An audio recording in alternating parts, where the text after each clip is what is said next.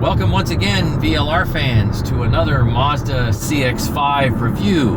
And this time, we're specifically going to cover cylinder deactivation. Now, in 2021, my wife had a 2021 CX-5, and it did have the cylinder deactivation, and we had absolutely no problems with it whatsoever. Nothing. It was fine. We had the little animation like you see here.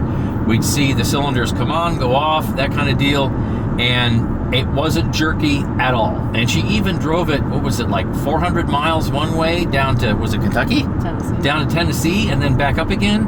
And she didn't report any kind of jerking or bucking. Bottom line is, with her 2021, the engagement and disengagement was perfectly smooth. Not so with this 2024 gray loaner, and I think this one has I-stop and cylinder deactivation. Obviously the I-stop I already covered in a previous video. However, this 2024 I think has a build date of August of 23, so it's a very early 2024. Maybe things have changed. You can tell me in the comment section below. But this particular loaner that we've had for a few months, while I know the story continues, 2021 is in for its second transmission possible replacement. The first one failed because they got bad parts. So maybe the second one that's due in here in the next week or two, I hope, will do the trick and she'll get her vehicle back. But we've had this gray 2024 for several months, and it runs fine more or less, but the cylinder deactivation is terrible, and it's so bad and it's so obtrusive that when either it comes on or goes off, I don't remember which exactly, if you're on a flat road and you say have the cruise control on, or the road isn't particularly bumpy and you're able to keep a constant speed, you will literally feel, yeah, I just felt it right there.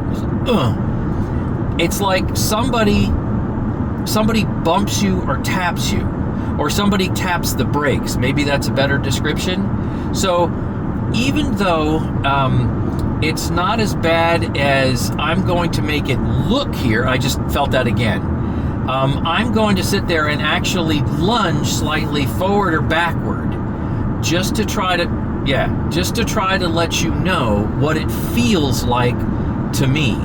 Now, again, it's not to be clear, right? There's going to be some people that are going to go off the deep end saying, it's not making you do this.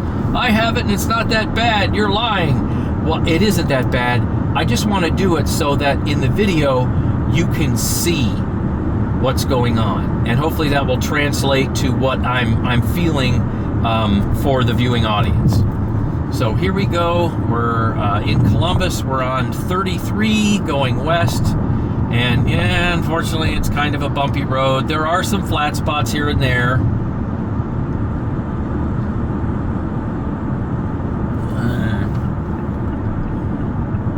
So often I have to be aware of traffic. Okay, now I got out of my way again. Okay, good. Yay! Get back over. All right. So let's see. Ooh, that was a stinky General Motors product. Oh, they floored it. Ooh. Blow by. Okay. I just felt that. So we'll see how accurate I am when these things go on and off. There, all four cylinders on, in case you're not familiar with this. And then what'll happen is some cylinders will turn off. Yeah, I felt that. So, and I could make my big jerk there, but I was talking through that. So let's see if I can feel it. Oh, yep. Okay, now I'm trying my best not to look over there, but it is a jolt. And that's the best way that I'll describe it. It is definitely a jolt, and it's annoying. It's not horrible, but it just bugs you because it's like somebody's tapping you. Or maybe somebody's kicking the seat. You got an unruly kid in the back, and they're literally just kind of kicking the seat. And it's like, stop kicking the seat. I have a next door neighbor, actually, that a few years ago, he had a Chevy truck.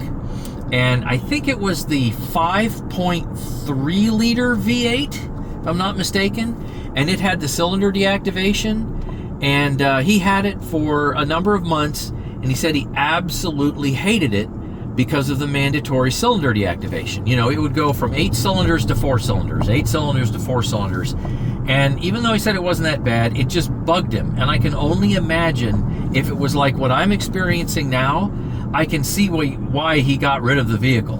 And now he has one of the smaller Chevy trucks that just has the 2.5 liter 4-cylinder in it, and he doesn't have any complaints with it.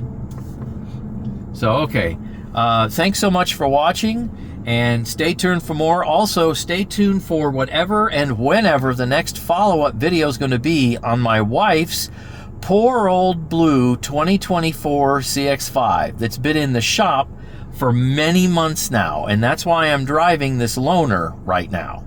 So stay tuned, and thanks so much for watching.